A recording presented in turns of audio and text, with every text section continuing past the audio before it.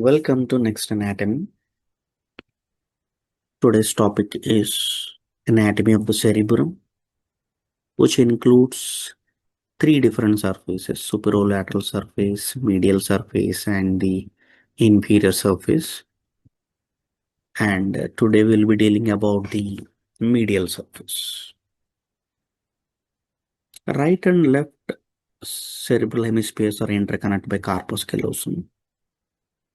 You could able to see the rostrum, genu, body, and the splenium of the corpus callosum. And in the middle, they were being covered by the septum pellucidum, the fornix, the thalamus, and the thalamic complex with the cavity of the lateral ventricle. Now we are dealing up the medial surface. The outer margin of the corpus callosum are drawn with the green color line. You could able to identify an important sulcus. The name of the sulcus is called as the callosal sulcus.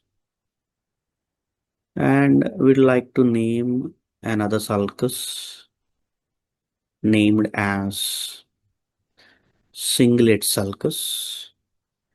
And a cingulate sulcus will take an upturn towards to the higher up level behind the central sulcus. So now between the callosal sulcus and the cingulate sulcus, the name of the gyrus is called as cingulate gyrus. And the cingulate sulcus will take an upturn in front of the precuneus, that is behind the central sulcus. While the cingulate sulcus moves on, it gives off one ascending sulcus too. So in front of that, we are going to name them as medial frontal gyrus. And then between the ascending sulcus and intervened by central sulcus and the cingulate sulcus which ascends upwards, we name them as supraplenal sulcus. This area we would like to name them as paracentral lobule with area number 312. And the next behind the suprasplenial sulcus and the junction between the parieto-occipital sulcus, there is a quadrangular lobule called as the precuneus. Behind the precuneus, we could able to identify an important parieto-occipital sulcus and intertwined by anterior and posterior branching parts of the stem of the calcarine sulcus. So we do form a triangular location of a gyrus called as the cuneus. Then we descend downwards into the temporal part on the medial side. We identify uncus, the dentate gyrus, followed by the parahippocampal gyrus, which were being separated above to below by rhinal sulcus and the collateral sulcus. Then we had medial and lateral occipitotemporal gyrus, which were being separated by the occipitotemporal sulcus. So while the corpus callosum has formed in front of the rostrum, we do have the lamina terminalis. So in front of that one, we do have anterior and posterior para-olfactory gyrus and the paraterminal gyrus in front of the anterior commission. This all talks about the features of the medial surface of the cerebral hemisphere. In parallelly, we will be looking on the theoretical description, callosal sulcus. Then in front of lamina terminals, as just now I told you, paraterminal gyrus and anterior and posterior para-olfactory sulcus.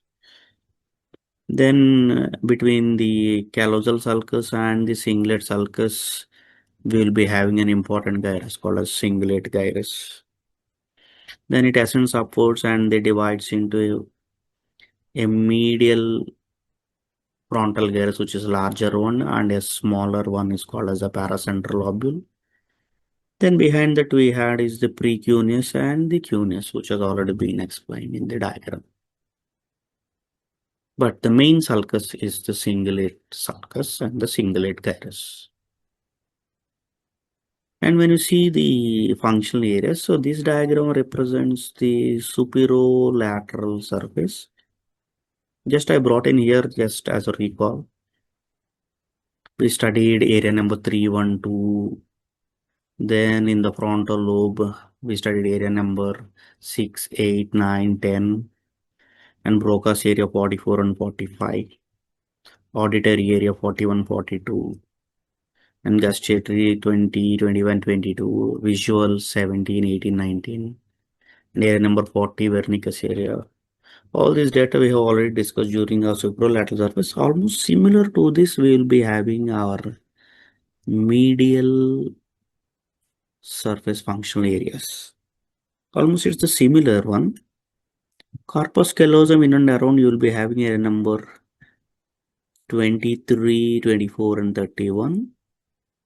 And in the temporal lobe, we have area number 26, 27, 28, 37, and 38.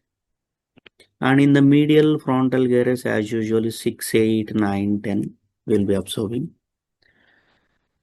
At the paracentral lobule, we have area number 3, 1, 2, and in front we have 4, behind 5 and 7. And in the occipital area, we had 17, 18, and 19.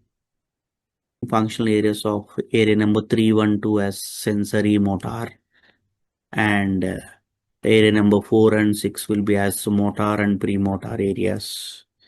Area number 17, 18, 19 as 17 as primary visual, 18 as secondary visual, and associated or tertiary visual cortex as area number 19. So these are the functional areas which merely explains in the medial surface. And moving on to the blood supply. So now this is the blood supply for the superolateral surface, and this is the blood supply for the medial surface. In turn represents we had three main blood vessels, that is anterior, middle, and posterior cerebral artery. But here the middle cerebral artery has more occupied and supplied in the superolateral surface. But in and around the corpus callosum, we do identify the differentiation of the blood vessels.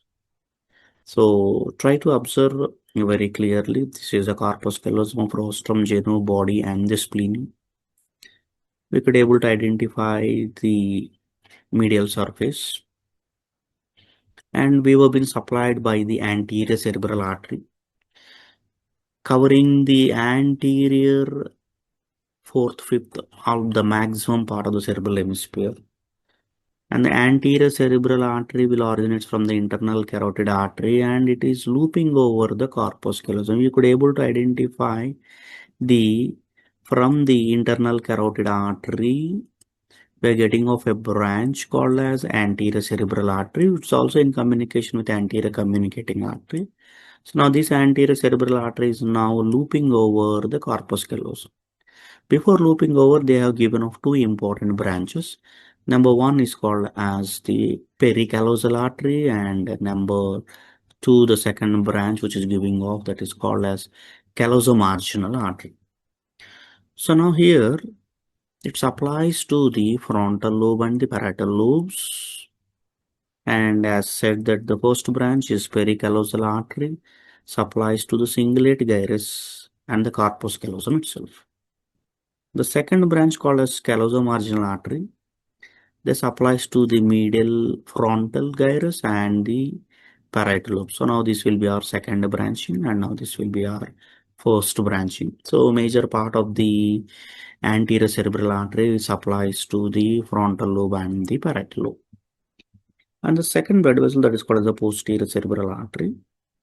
So a little portion that is the posterior third of the medial surface.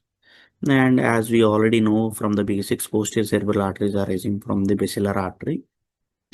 And they supplies to the medial surface also. They also supplies to the inferior surface, especially the remaining part of the areas to be supplied. So that is to the occipital lobe and the temporal lobe. So this occipital lobe portion and the remaining lower down temporal portions will be supplied by the posterior cerebral artery. And here we had a very important blood vessel called as a calcarine artery. So now this is the blood vessel which mainly helpful for your visual pathway vision. Mainly this applies to the primary visual cortex. So we know the visual functional area that is called area number 17, 18, 19. So the 17th area will be supplied by the calcarine artery.